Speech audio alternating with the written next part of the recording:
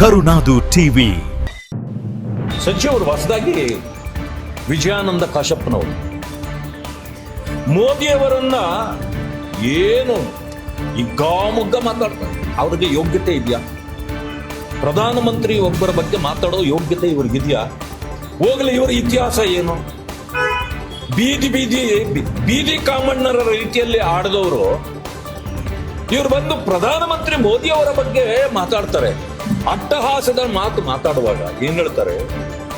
Silk ಸಿಗ್ತಾ ಇಲ್ವಂತೆ ಅವ್ರಿಗೆ, ಸಿಲ್ಕ್ ಬೇಕಂತೆ, ದಾರ ಸಿಗ್ತಾ ಇಲ್ಲಂತೆ, ನೂಲು ಸಿಗ್ತಾ ಇಲ್ವಂತೆ. ಅದಕ್ಕೆ ದೇಶನ ಮಾನ್ಯ ಪ್ರಧಾನಮಂತ್ರಿಗಳು ನರೇಂದ್ರ ಮೋದಿ ಅವರು ವಲ್ಗೇರೆ ಮಾಡಿಬಿಟ್ಟಿದ್ದಾರೆ.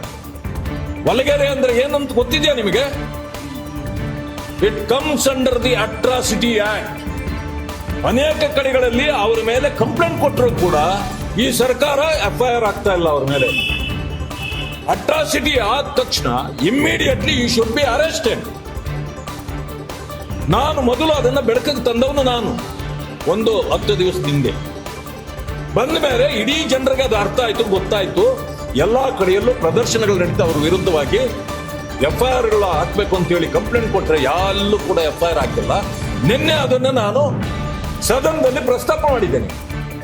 ಮುಖ್ಯಮಂತ್ರಿಗಳ ಮುಂದೆ ತಕ್ಷಣ ಅವರನ್ನ FIR ಹಾಕ್ಬೇಕು, ಅರೆಸ್ಟ್ ಮಾಡಬೇಕು, ಇದರಿಂದ ಮಂತ್ರಿ ಮಂಡಲದಿಂದ ಅವ್ರನ್ನ ಕೈ ಬಿಡಬೇಕು ಅಂತ ನಿನ್ನೆ ಒತ್ತಾಯ ಅವರು ಕೇಳಿದ್ರು.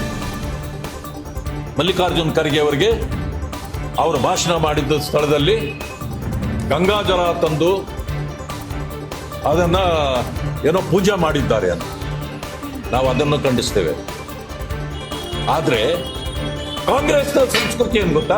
ಇದು ಬಿಜೆಪಿ ಮಾಡಿದ್ದಾರೆ ಅಂತಾರೆ. ಎಲ್ಲಿ ಬಿಜೆಪಿ ಮಾಡಿದೆ?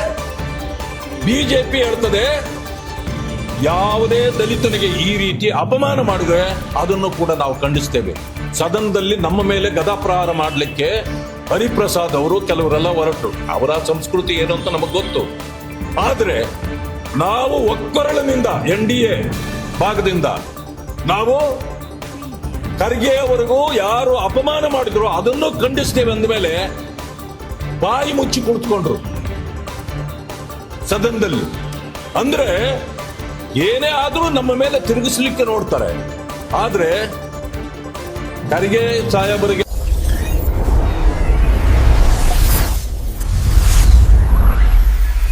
ಕರುನಾಡು ಟಿವಿ.